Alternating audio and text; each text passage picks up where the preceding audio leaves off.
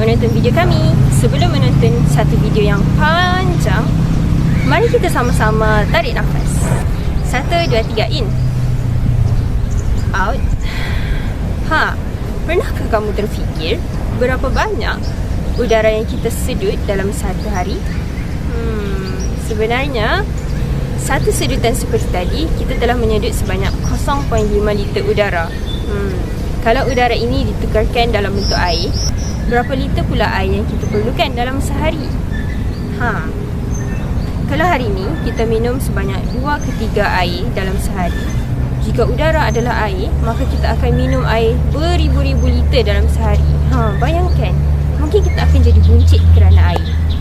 Okey, untuk itu sebenarnya beruntunglah kita sebagai manusia kerana telah diberikan satu anugerah yang besar, iaitu hutan. Hutan sebenarnya memainkan peranan penting bukan sahaja kepada alam sekitar, haiwan-haiwan, tapi khas diciptakan kepada manusia. Hutan sebenarnya bukan sahaja memberikan oksigen kepada kita, tapi kebanyakan produk-produk seperti ubat-ubatan, kertas dan juga makanan sebenarnya bermula daripada hutan itu sendiri. Okey, dalam video ini kita akan membincangkan tentang peranan hutan kepada alam sekitar, kepada manusia dan juga akibatnya jika kita mengabaikan kesihatan hutan. Okey, untuk tahu lebih lanjut, boleh stay tune.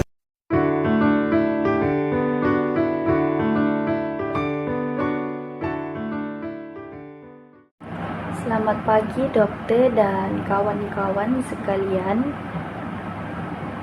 Hari ini saya akan menyambung pembentangan yang sangat penting bagi kelestarian planet kita, iaitu peranan kesihatan hutan terhadap alam sekitar.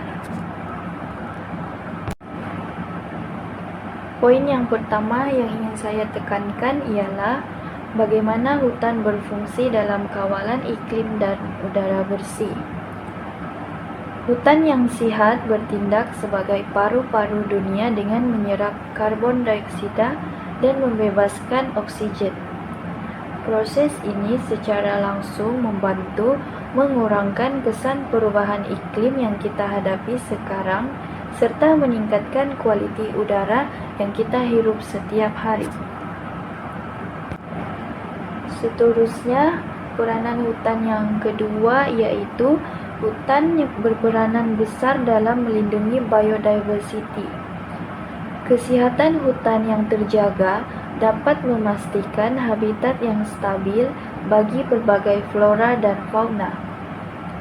Apabila habitat ini selamat, rantaian makanan dan keseimbangan ekosistem semula jadi dapat dikekalkan tanpa sebarang gangguan.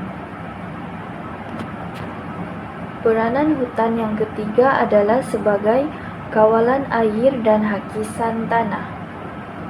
Hutan yang sihat berfungsi seperti span semula jadi yang membantu menyerap air hujan, sekaligus mengurangkan risiko banjir dan mengekalkan sumber air yang bersih. Selain itu, sistem akar pokok yang kuat juga berperanan penting dalam mengurangkan hakisan tanah. Sebagai kesimpulan, mari kita lihat ilustrasi ini. Ia merangkumkan secara visual tentang peranan hutan yang sihat terhadap alam sekitar, daripada menjamin kualiti udara, mengawal sumber air, hingga melindungi biodiversity demi membentuk satu ekosistem yang seimbang dan lestari. Jaga hutan kita demi masa depan bersama. Sekian dan terima kasih. Untuk permulaan, saya akan bincang tentang hasil hutan bukan kayu ataupun NTFP lah. Di video kita ada community yang mengambil daun daripada hutan. Di Sabah, penggunaan daun secara semula jadi dijadikan sebagai pembungkus makanan lah, dimana ini adalah satu tradisi yang masih dibuat sehingga hari ini. Proses untuk membungkus makanan menggunakan daun yang diambil dari hutan ini, dia sekadar bukan tradisi, tapi dari segi kesehatan dia jauh lagi bersih dan selamat berbanding kita menggunakan plastik. Ini membuktikan yang kualiti pemakanan harian kita sebenarnya dia bergantung pada sumber alam yang masih terpelihara. Oke, seterusnya pengambilan halia yang menunjukkan fungsi hutan ini dia sebagai sumber obat-obatan tradisional yang penting untuk kesehatan komuniti. Oke, lepas itu kita ada komuniti yang mengambil sayur seperti sayur lemiding. Sumber makanan yang segar dan bebas daripada sebarang bahagia kimia ini adalah contoh terbaik macam mana hutan menyokong nutrisi komuniti secara semula jadi. Oke, seterusnya dari aspek livelihood melalui aktiviti penuaian macam padi secara tradisional. So, proses ni dia merupakan jaminan utama kepada food security bagi penduduk yang bergantung kepada kesuburan tanah daripada ekosistem hutan yang stabil lah. Ini menyokong ekonomi pula, komuniti getah tetap jadi penyumbang pendapatan yang signifikan, yang mana dia menunjukkan sinergi antara pembangunan ekonomi dan pemeliharaan sempadan hijau yang dijamin melalui perhutanan yang mapan. Oke, untuk menjamin ketersediaan sumber makanan, pengurusan tanah yang sistematik adalah yang penting.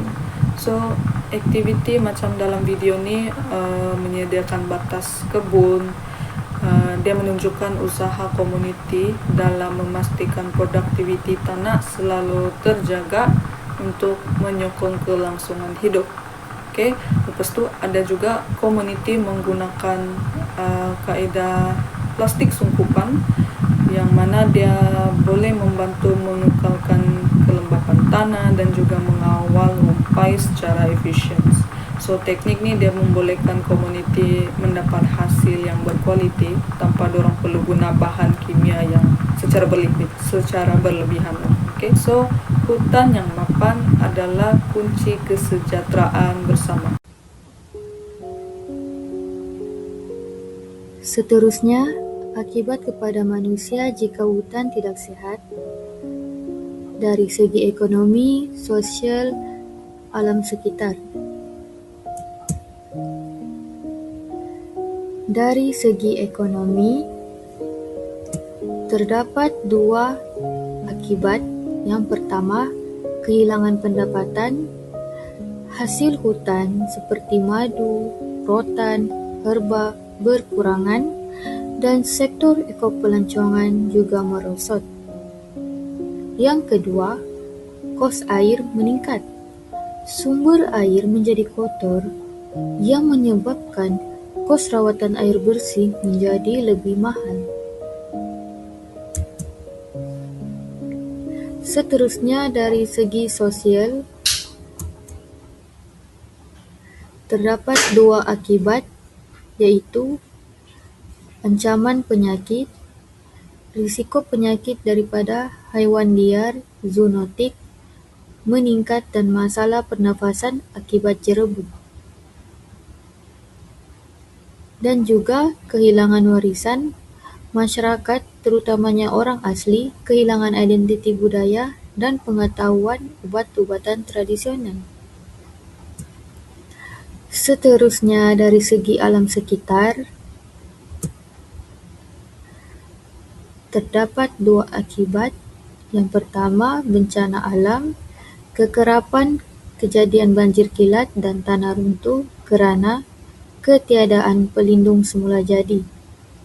Kedua, pemanasan global, suhu persekitaran meningkat mendadak kerana hutan tidak lagi mampu menyerap haba dan karbon.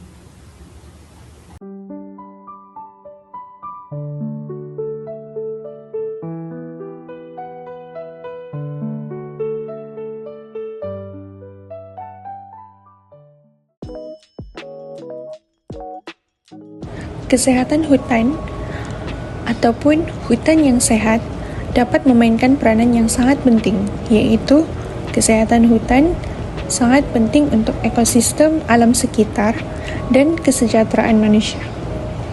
Hutan yang sehat juga dapat memberikan manfaat seperti pengurusan karbon yang baik, perlindungan biodiversiti, dan pengawalan suhu serta hujan. Selain itu juga, hutan yang sehat dapat memberi kesan kepada manusia iaitu hutan yang sehat dapat menyediakan sumber makanan, ubat-ubatan dan pendapatan diperoleh daripada hutan yang sehat. Dan hutan juga dapat meningkatkan kualiti hidup masyarakat setempat dengan menyediakan bahan mentah dan peluang pekerjaan.